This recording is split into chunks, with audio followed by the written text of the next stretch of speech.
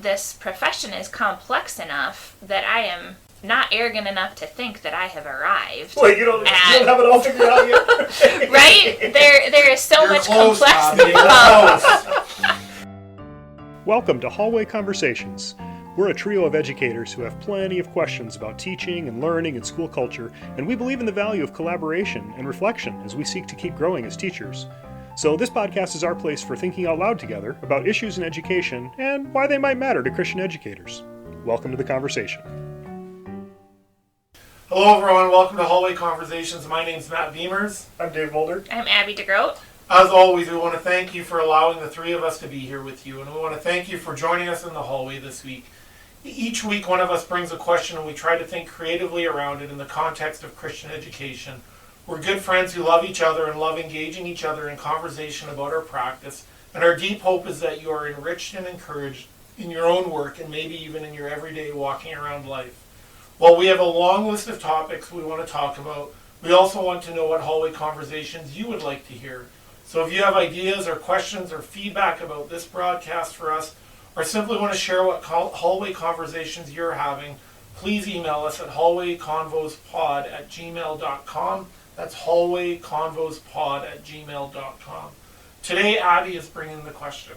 All right. So as we head into summer, and summer's always a time of reflection and growth and thinking for me, and I got an email in my inbox this week from an educational leadership organization, and there was a line in there that caught my attention, and it said, being nimble is one of the most important skills of an educator. And that person described nimble as quick to understand and adapt, and agile. And so my wondering is, what is the role of professional learning and our ability to be nimble, right? To keep up with change that's happening at an accelerated pace. And what should that look like for teachers? So for the typical classroom teacher, what does professional learning look like? Is PD licensing enough requirements? Should they be seeking out growth on their own? And where should they do that, if so? And how do they know? That's a great question, Abby. Yeah. Thanks for Yeah, so that's what I'm thinking about today. Yeah, that's a really simple question. That's a really, I tried. really simple. Thought for my first one, we'd tackle something right. easy. So I'll give you the first thing I think about as I heard your question is I actually thought of a question is can we be, in wanting to be nimble, can we try to be too nimble? Mm-hmm. Like, can we want to try to adapt to too many things at once? And I think there is a for sure we do need to be nimble. Like you used I wrote it down, I think, quick to understand and adapt. But my wondering is, if we're talking about it as quick to understand, I actually am trying to think of any significant shift even in my own pedagogy or understanding of teaching and learning that I was quick to understand. That's a great point. And I think rightfully so, we can criticize the institution of school, of education as being not very quick to understand. Right. But I also think to be too nimble might be sort of like this, almost this grab bag of Trophy and the latest, greatest. And we know, we've probably have said it ourselves, but we've taught with people who in wanting to be nimble or encouraged to be nimble, you know, you can get this cynical response of, well, I'll just wait it out. Mm-hmm. I'll wait it out. And I it will change again. It will change again. And I sometimes wonder then, where does that fit with your use of the word nimble, which I find fascinating. So those are my initial thoughts, Dave. No, and I appreciate you framing it that way, because I think there is a sense where we're often looking at what's the next thing coming, what's the new idea, right? Yeah. And I'm not suggesting that we shouldn't be looking to innovate and improve practice and things like that, but I'd like it to be based on some evidence too, right? And so we're not just throwing mud balls up on the wall and seeing what sticks, that we're going to have something a little bit deliberate and a little bit, a scope and sequence, if that sounds okay. Something systemic, something long-term. Yeah, like one of the things I was thinking about as you were asking your question and listening to you, Dave, was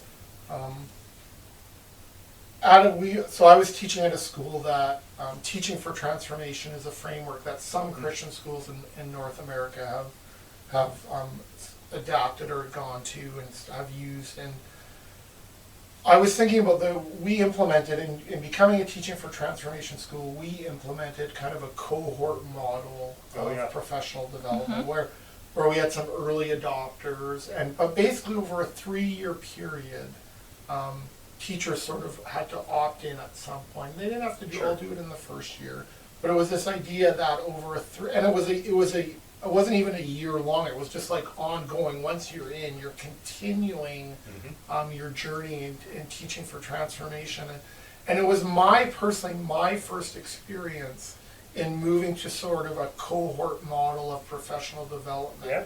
Whereas before that, I can remember, looking online or when you get an email like you're talking about is like, oh, like where's a great conference, and it didn't even really, okay, what are they talking about? But I just want to be part of that. I want to be part of the action, and this sounds exciting and a bit of an adrenaline rush, kind of rubbing shoulders with other. But I didn't have a professional growth plan. I didn't. There was there was little accountability. I'd go by myself, so there was no one really to share it with. And so part of it for me is thinking about how do we even move from, in the nimbleness of it all, is how do we balance again?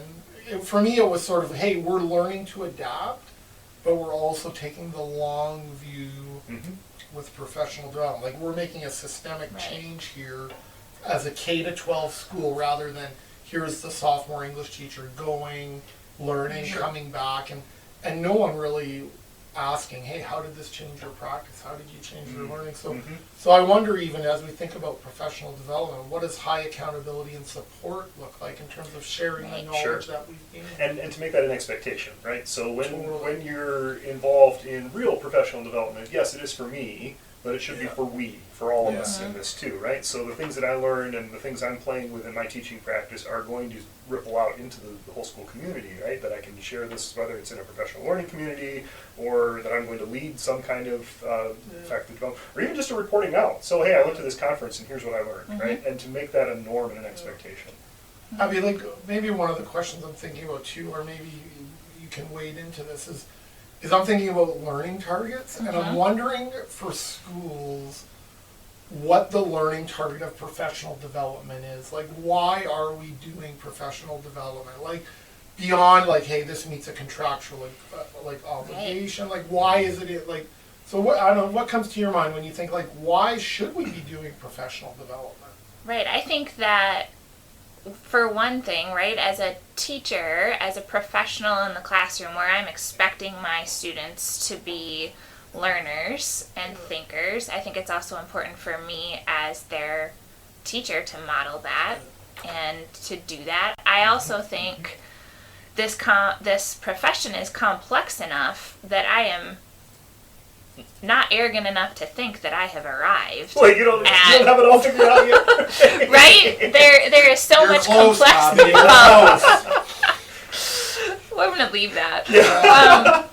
But also, what are I like that you said learning targets, right? So for me, because my learning targets are going to be different than Dave's and different than yours, because we're different people at different places in our journey. And so I like that I'm thinking about the individual teacher who might not be part of a school environment that does this well, right? Yeah. And so how does that teacher make personal learning targets for themselves and seek the skills that they need to grow? Yeah, and I, as you say that, I'm also wondering about how do we ensure that we're finding professional development that's directly related to my practice, to improving my specific. What is the direct correlation between the professional development we're doing and what's actually happening in the classroom? Like, hey, I want to go to a project-based learning conference because I'm interested in, and there's something to be said for that. But are you actually going to be implementing it? Like, are they actually going to help you in that conference design lessons? Or they're just telling you what it's about, and are you going back and you have to figure it out on your own, right? Sink or swim. Yeah, right, and that's where I feel like too much of our, even when we think it's relative to our own teaching, like I always think good pro D is actually, there's collaboration time, There has right? to be, right? There's people rubbing shoulders, they're designing together, they're giving kind, specific, helpful feedback to each other as part of the professional development. And too often we've all gone where we kind of, here's what it's about, now go back to your school and figure it out. The tyranny of the urgent dominates. Yeah, and you never do. And it's in a folder that I never look at again, actually, to be quite honest, which isn't a great use of school resources and not a great use of my time. So. Let's be real. Most teachers have had that experience in a professional development. Right. Like, I have to go, I will do the thing, check the box, okay, moving on. And that has me thinking about how do we increase teachers' motivation?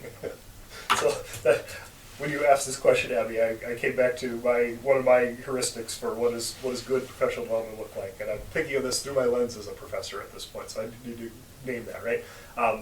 What does my summer look like? Well, the 3 R's of professional development, right, are rest, reading, and reflection. You said reflection, that reminded me, right? Like, I need some downtime, right? The work of teaching is stressful and it's demanding, and so rest, take that in the broadest sense, like what does Sabbath look like? And so maybe that includes things like play. It's not just laying around in a hammock in the background, right, but in the backyard, but to actually like build in some playfulness and things like that. Reading, I feel like I always have a book that I'm reading, and so sometimes that's going to be something that's just for fun, but a lot of times I'm doing professional reading. And, so you join a professional organization and you read their journal, maybe you're going to go to their conference or something like that, right? Like that could be part of it. Or maybe you collaborate with colleagues and say, this is a book that we're going to read and discuss together, and that's something our department has been pretty good at, right? Yeah. That we read things and talk about it together.